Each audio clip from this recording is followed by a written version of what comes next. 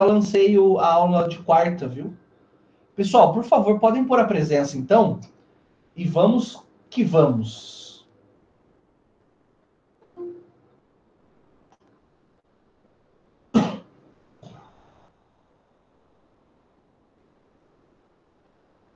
Muito bom. Veja lá.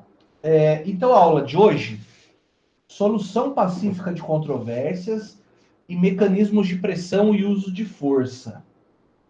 Bom, aqui nós vamos iniciar o nosso encontro, primeiramente... e só um lembrete. Eu não... Pode parecer até piada, né? Pode parecer conversa, mas eu não tive tempo de colocar o material de hoje, da aula de hoje, no ambiente conhecer, tá? Eu vou fazer isso amanhã, sem falta.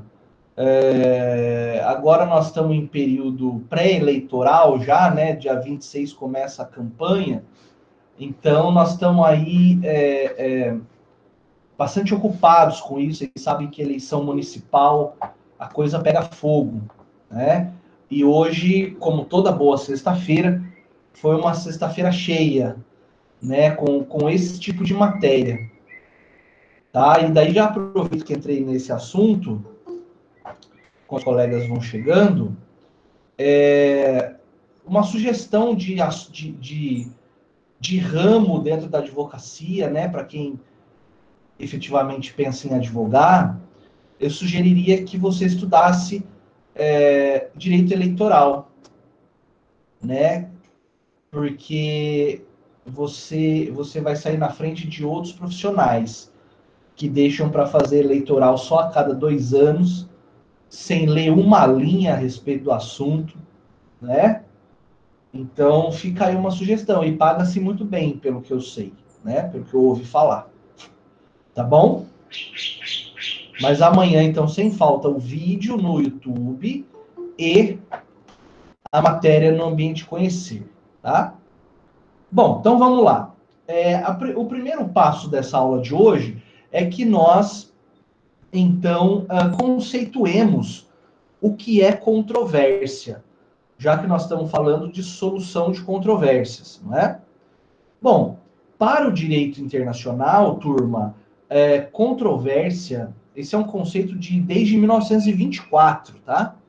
Controvérsia é qualquer desajuste que se verifique, né, entre os estados ou entre os estados e organizações internacionais.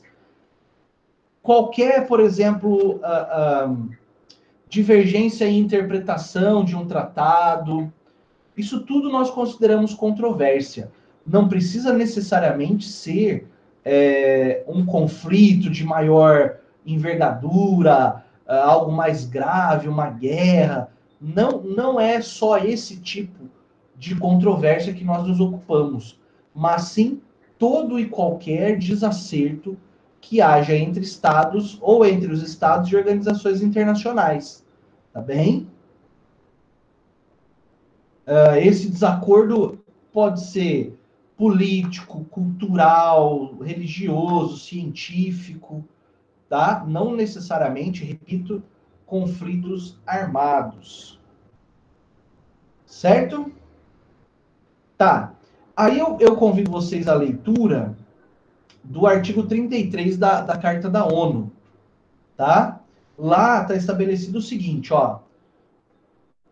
As partes em uma controvérsia que possa vir a constituir uma ameaça à paz e à segurança internacionais, procurarão, antes de tudo, chegar a uma solução por negociação, inquérito, mediação, conciliação, arbitragem, solução judicial, recurso a entidades ou acordos regionais, ou qualquer outro meio pacífico à sua escolha. Então, nós vemos que esse dispositivo ele elenca alguns mecanismos e, ao final, ele faz uma cláusula aberta para que possa recorrer a qualquer mecanismo pacífico de solução, ainda que não previsto no artigo 33. Maravilha. Pessoal que está chegando, eu lembro de pôr a presencinha, tá?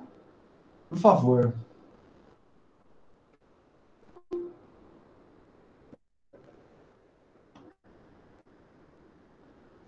Isso. Legal. Opa. Tá. Pois bem. Falemos agora, então, dos meios propriamente ditos. Nós temos os meios diplomáticos, temos a autocomposição ou negociação, mediação e conciliação, e meios políticos de solução de controvérsias, e, ao final, os meios judiciais, né, de solução de controvérsias. Então, são esses mecanismos que estudaremos. Bom, primeiro, meios diplomáticos. Como meios diplomáticos, nós temos a negociação direta. Bom, como o nome já ajuda, a negociação direta é aquela realizada pelos próprios estados com relação a uma controvérsia surgida, né? Os representantes dos estados, portanto, se reúnem para buscar uma solução para aquela determinada controvérsia. Solucionado, acabou-se o problema. Então, essa é a negociação direta. Depois, nós temos uma segunda forma de meios diplomáticos, que é o chamado bons ofícios. O que significa bons ofícios? Né? Pessoal, nos bons ofícios, significa que uma terceira parte, em regra desinteressada no caso, se oferece para apresentar uma solução, para aproximar as partes em litígio. Né? Exemplo, quer um exemplo de bons ofícios? É um pouco mais antigo esse exemplo, mas serve. Quando o Brasil se declarou independente de Portugal, surgiu uma controvérsia internacional na época, porque Portugal, a princípio, relutava em reconhecer o Brasil como ente soberano, como Estado soberano. A Inglaterra, um terceiro, claro que nesse caso a Inglaterra é interessadíssima, né? Mas um terceiro Estado, a Inglaterra, o Reino Britânico, né? Se ofereceu para aproximar Brasil e Portugal para que então houvesse a solução dessa controvérsia relativa à independência do Brasil, tá? Então, isso são bons ofícios.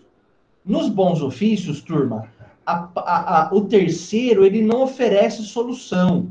Ele simplesmente serve como uma entidade aproximadora dos estados em conflito. Terceiro, eu vou só citar, porque depois nós vamos dar uma aprofundadinha. Um outro meio diplomático que nós temos é a mediação. Nós já vamos falar agora da mediação, né? Vamos aproveitar. Ó, na mediação, como eu disse, vocês tiveram aula disso, né? Então eu até peço que se eu estiver falando bobagem, você me corrige, tá? Mas na mediação também existe a intermediação de um terceiro, né?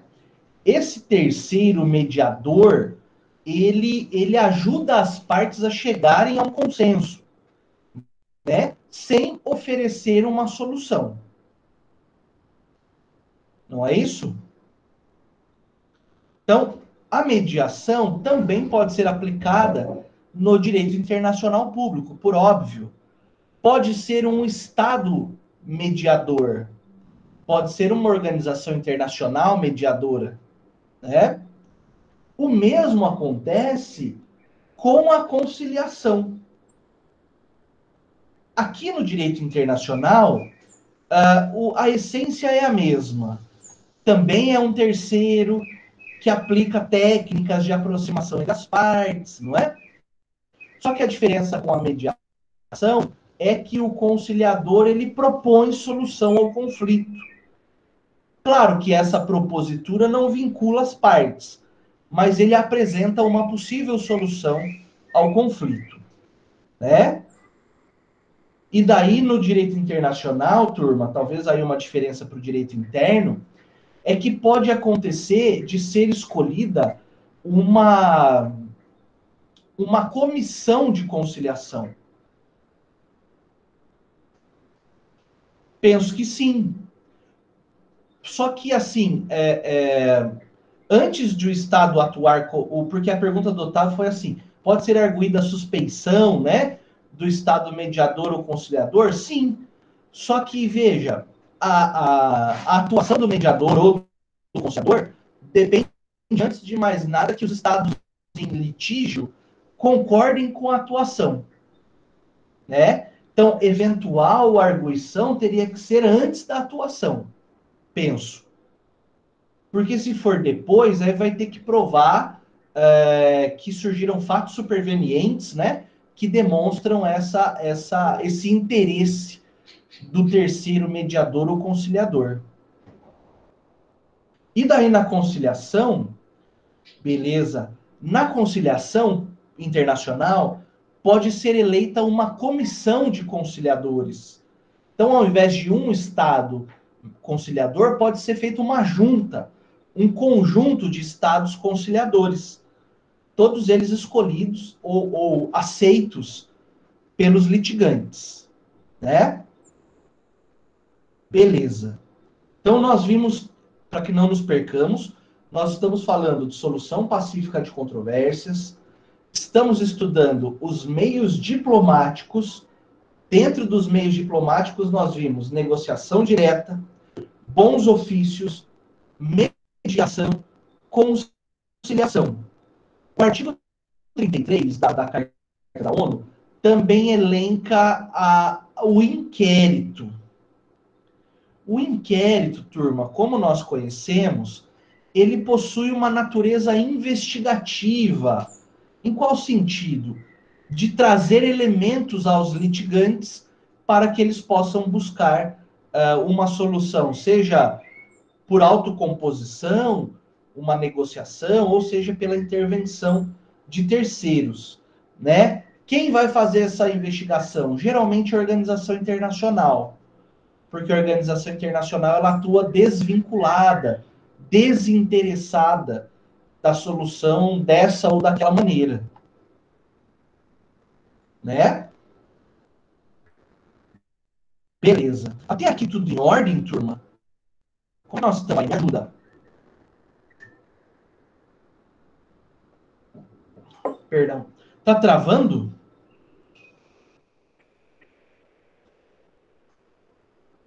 Tudo ok? Conexão também tá boa, né? Maravilha. Bom, superados os meios diplomáticos, nós temos que conversar agora sobre os meios políticos de solução de controvérsias. Pessoal, aqui basicamente nós vamos conversar sobre a arbitragem internacional. Eu acredito que lá nas aulas da professora Daniela, vocês também estudaram arbitragem, né? Então nós vamos usando esses conceitos para nós formarmos um quadro aqui da arbitragem no direito internacional. Bom, o primeiro passo é que, como tudo no direito internacional, né, para que haja arbitragem, as partes litigantes têm que concordar. Então, esse é o primeiro ponto. Para que haja arbitragem, é necessário o consentimento dos litigantes, né? E daí, veja, a arbitragem ela vai ser estabelecida por dois caminhos, né? Pode ser um convênio arbitral ou um compromisso arbitral. Qual que é a diferença dos dois? No convênio arbitral, o litígio já aconteceu. Então a controvérsia já está posta. E daí as partes decidem usar a arbitragem e, para tanto, firmam um convênio arbitral. O compromisso arbitral, por sua vez, ele ele vem antes do litígio. Então, lá no tratado, vai ter uma cláusula dizendo que eventuais litígios ou controvérsias relativas àquele documento serão resolvidas pela arbitragem. Então, eu tenho uma previsão, desculpe ser redundante, mas eu tenho um estabelecimento prévio da arbitragem, antes mesmo do litígio acontecer. Ao passo que no convênio arbitral, o litígio já aconteceu. O litígio, a controvérsia está posta. Tá bem? Bom, o compromisso arbitral tem por regra ser escrito, né? Não existe nenhuma formalidade específica, a não ser que seja escrito, né?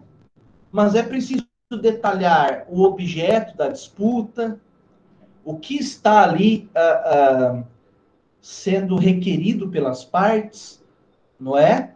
Como que o árbitro foi escolhido ou será escolhido. Geralmente é por consentimento mútuo, né? A norma aplicável geralmente é o tratado internacional que está em vigor. O lugar onde a arbitragem se realizará, porque ela precisa tomar lugar num plano físico, né? Se bem que com o avanço tecnológico hoje em dia, nada impediria fazer por videoconferência, né? Mas se for fazer em local físico, precisa escolher o lugar, se vai ser no território de algum dos litigantes, ou vai ser um território neutro. Exemplo de território neutro histórico, a Suíça, né? E o idioma no qual as negociações acontecerão e o documento será redigido. Tá bem? Se são estados que falam a mesma língua, natural que esse idioma será utilizado. Agora, se são estados que têm idiomas muito diversos, é natural que seja utilizado o inglês, né? Maravilha. Ao final da arbitragem, é proferida uma decisão. Essa decisão é chamada de laudo arbitral. Laudo arbitral. O laudo arbitral, nós sabemos, tanto do processo civil aqui dentro, quanto do direito internacional, o laudo arbitral é um título executivo. Significa dizer o quê? Se um dos litigantes não cumprir o que está no laudo, o outro pode executá-lo. Vai executar onde? Perante uma corte internacional daí, né? E ao final, nós temos os meios judiciais de solução de controvérsia.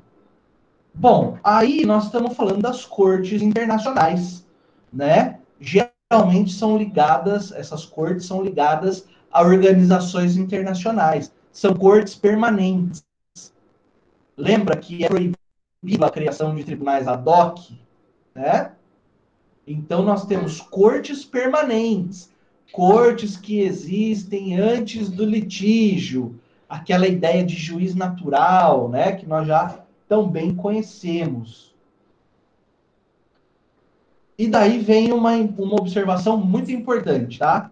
Só os estados e organizações internacionais podem pleitear perante cortes internacionais. Quer dizer, pessoa física não pode, organização não governamental não pode, e por aí vai. Para trocar miúdos, eu estou dizendo que só os sujeitos internacionais podem peticionar perante as cortes internacionais. Tá? E daí, veja, a jurisdição dessas cortes também depende do consentimento dos litigantes, né? Isso nós já estamos aí ouvindo durante o bimestre todo. Que mesmo quando eu trato de um tribunal internacional, os estados soberanos primeiro têm que aceitar a jurisdição desse estado. Tudo bem. Se os estados já fazem parte do tratado que criou o Tribunal Internacional, tranquilo. essa jurisdição é meio automática, porque já teve consentimento pretérito. Mas imagina a seguinte condição, a seguinte situação, desculpa. Dois estados soberanos em litígio, nenhum deles é parte do tratado que criou a determinada corte, mas eles querem a solução jurisdicional do caso. O que eles podem fazer nesse caso? Eles podem firmar um compromisso jurisdicional. Nesse compromisso jurisdicional, esses litigantes estão dizendo: olha, nós possuímos uma controvérsia que precisa ser resolvida. Nós aceitamos, para esse caso específico, a jurisdição, por exemplo, da Corte Internacional de Justiça. Então, é muito parecido com o compromisso arbitral. Só que, ao invés de submeter a uma câmara de arbitragem, nós estamos submetendo a um tribunal internacional. Posteriormente ao litígio, né, com a controvérsia já posta. Então, as partes teriam, por exemplo, além de todos esses mecanismos, a negociação, autocomposição, bons ofícios, a conciliação, mediação e tudo mais, além disso, eles poderiam ainda firmar um compromisso para levar aquela causa específica ao poder, a uma corte internacional, por assim dizer, a um poder judiciário internacional. Legal? Turma, como é que nós estamos aí? Tudo em ordem? Alguma dúvida?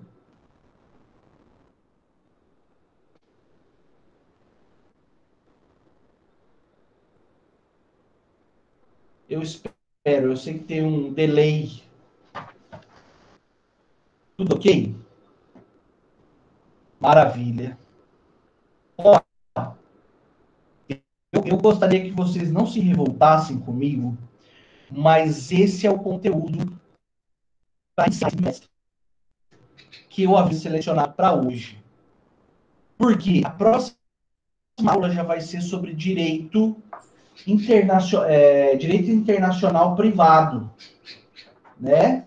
Então, para que nós não atropelemos e misturemos assuntos que tem muitos pontos divergentes, muitas peculiaridades, para que a gente possa encerrar em aulas fechadas cada conteúdo, hoje é o que eu tinha de programação, né? Foi aí 25 minutos de aula, meia hora no máximo, né?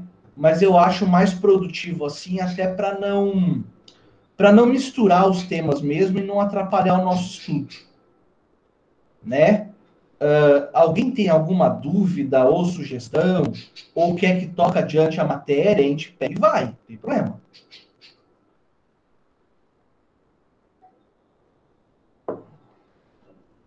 Legal. Então, para a prova, isso, marca a presença. Para a prova é até a matéria de quarta-feira, tá? Na quarta-feira, nós vimos lá o responsabilidade internacional. Então, é só até ali que vai para a prova. Para a segunda prova, é a partir da aula de hoje. Marca bem lá, hein? Tá no vídeo lá no YouTube, eu vou pôr segundo bimestre, certo? Para ficar mais fácil de enxergar. Legal, então, turma? Façamos assim?